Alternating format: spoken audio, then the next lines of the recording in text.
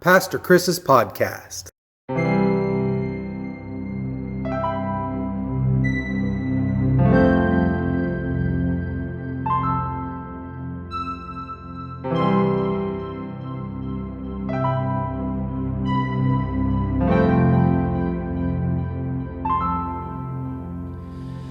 Look at the sky, then listen with awe, as creation sings its song without flaw. Fluttering feathers flapping together, twisting and turning in sync. Shelter provided, hunger subsided, clear cool water to drink. He did more for the creatures of the land and sea than meet their needs. He gave abundantly, he clothed the flowers of the field. His eye is on the sparrow still. He can count each drop of early morning dew, and he offers abundant life to me and you.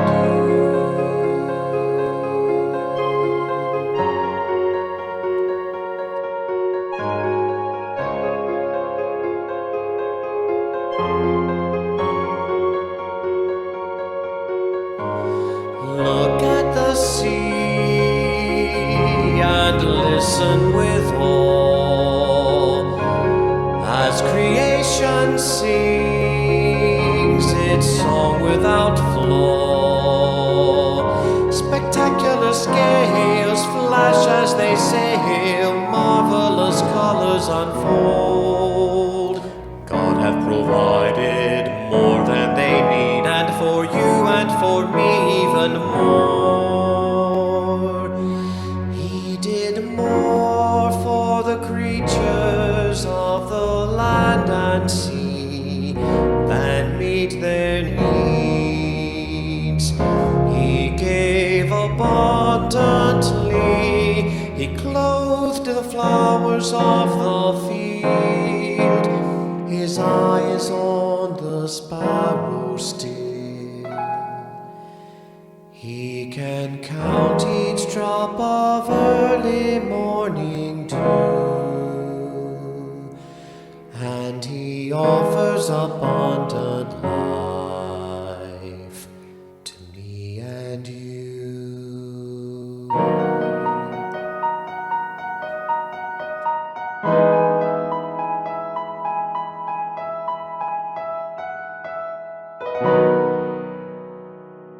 The world we live in is breathtaking and complex. The glory of it all points to someone that is higher and greater. Who is the Creator who swarmed the oceans with fish and sent birds to fill the sky? What does the story of creation tell us about the Creator's character? Genesis was written to help us know the truth about God. The creation story reveals the character of God and the life He offers us. If you want to know God and why we are here, you can find out by studying the story of creation in Genesis. So let's look at Genesis chapter 1, verses 20 through 23. Then God said, "Let the waters swarm with fish and other life. Let the skies be filled with birds of every kind." So God created great sea creatures and every living thing that scurries and swarms in the water, and every sort of bird, each producing offspring of the same kind. And God saw that it was good. Then God blessed them, saying, "Be fruitful and multiply. Let the fish fill the seas, and let the birds multiply on the earth." And evening passed, and morning came, making the fifth day. This is the word of God for the people of God. Thanks be to God. On the fifth day, God created swarms of living sea animals and birds. Both birds and fish are animals that swarm together in one unit in a large flock or in a school. On the fifth day, God concentrated on abundance.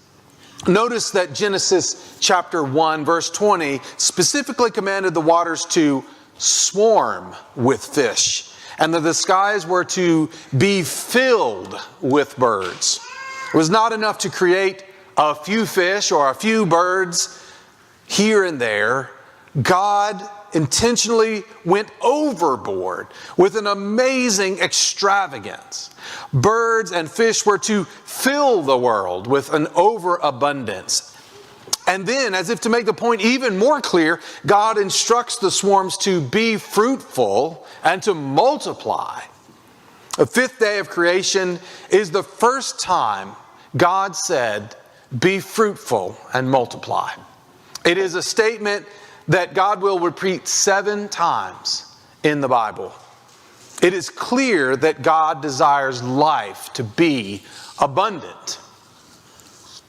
There are over 15,000 known species of fish and some 10,000 species of birds. And scientists believe that there are another 2 million species that we haven't even identified yet. According to Wiki Answers, it is believed that there are somewhere between 500 billion fish swimming in the ocean right now. It is believed that there's somewhere between 100 billion birds living on the planet right now. If you were to cover all of Whitfield County with a layer of fish 6 inches deep, that's how many fish there are. If you were to give every person in the state of Georgia 10,000 pet birds, that would be how many birds there are. This is extravagantly amazing, but even more amazing is Jesus' statement in Matthew chapter 10, verse 29. Not a single sparrow can fall to the ground without your Father knowing it. God makes life abundant. From the very beginning, God intended for life to be abundant. He intended for us to have everything we need and to be satisfied. God did not intend for death or disease or disappointment to be part of His creation. We have seen throughout this series that God absolutely has the ability to accomplish anything He intends. So why is it then that there are so many in the world who do not experience the abundant life God wants us to have? It's not God's fault. It's our fault. We have gotten off track. Because we choose not to fully cooperate with God's plan, we do not experience the fullness of life God wants us to have. Our choice to stray away from God is called sin. Romans chapter 6, verse 23 says, "The consequences of sin is death." And our experience proves that this is true. It is truly amazing that God hasn't given up on us. Instead, God actually wants us to come back alongside Him and experience life in all of its abundance. That is why He sent Jesus to come. John 10, verse 10. Jesus said, "I came that you may have life and have it abundantly." So it is still possible for us to have an abundant life through Christ. What is abundance? It depends on who you ask. Every person will have a different answer. Some would say abundance is all about how much stuff you have. Another person might say abundance is more about quality than quantity. Abundance means you have more than enough to satisfy. It's hard for us to comprehend an unlimited God who can provide more than enough to satisfy.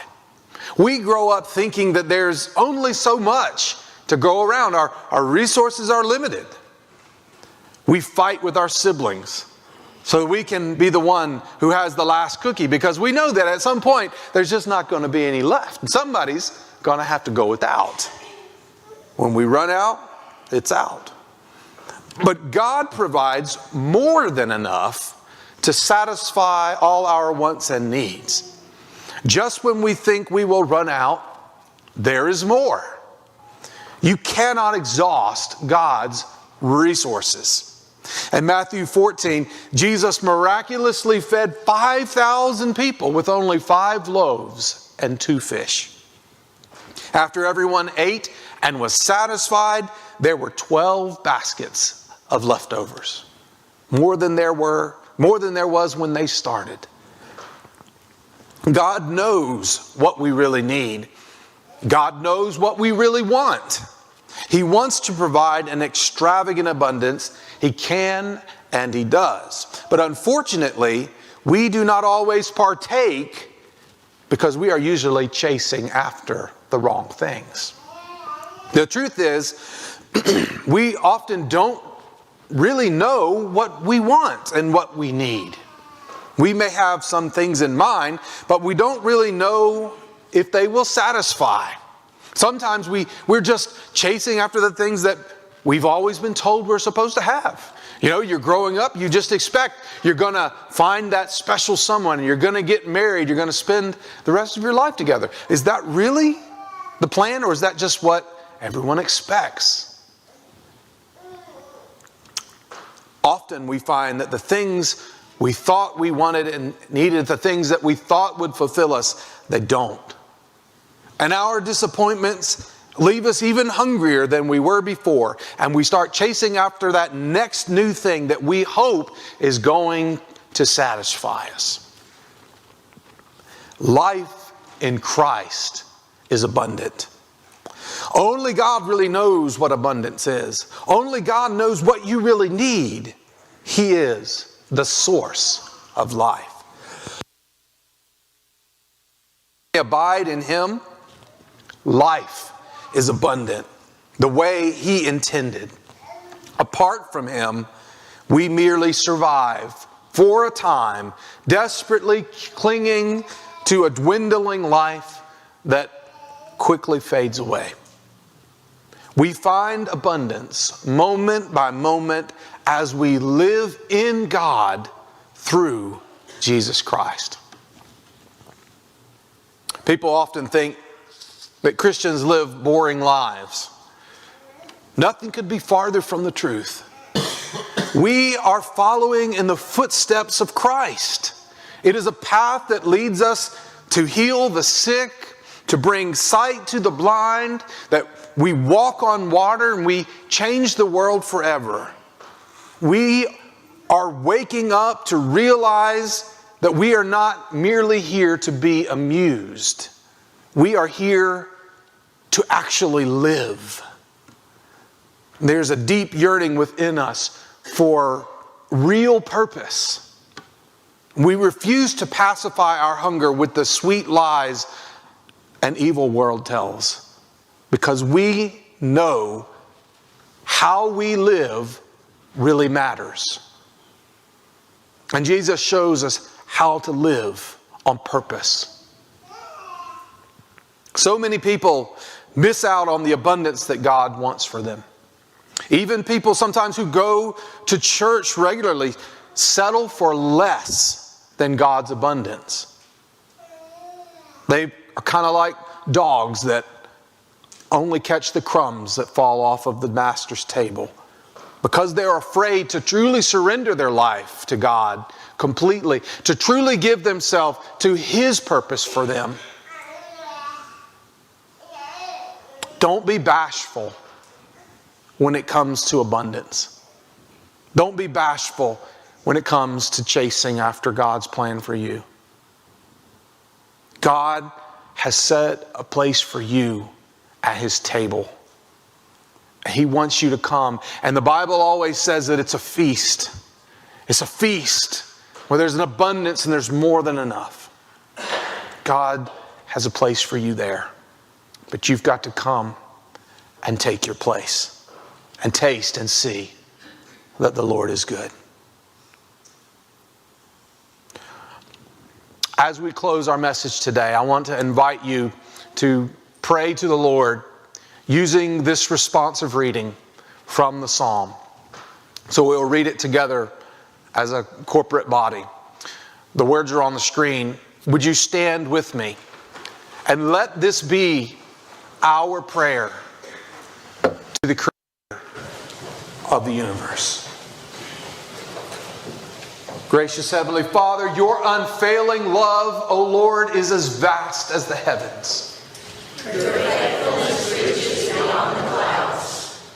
Your righteousness is like the mighty mountains, your justice like the ocean depths. You care for people and animals alike, Lord. How precious is your unfailing love, O God. All humanity finds shelter in the shadow of your wings. You feed them from the abundance of your own house, letting them drink from your river of delights. For you are the fountain of life, the light by which we see. Gracious Heavenly Father, we thank you for giving us everything that we need and for sending even your Son Christ to atone for our sins so that we can come back to the source of all life. Lord, fill us with your Spirit so that as we go from this place, we can experience true life. Forgive us, O Lord, for clinging to life selfishly. Forgive us for trying to chase after our own selfish ambitions.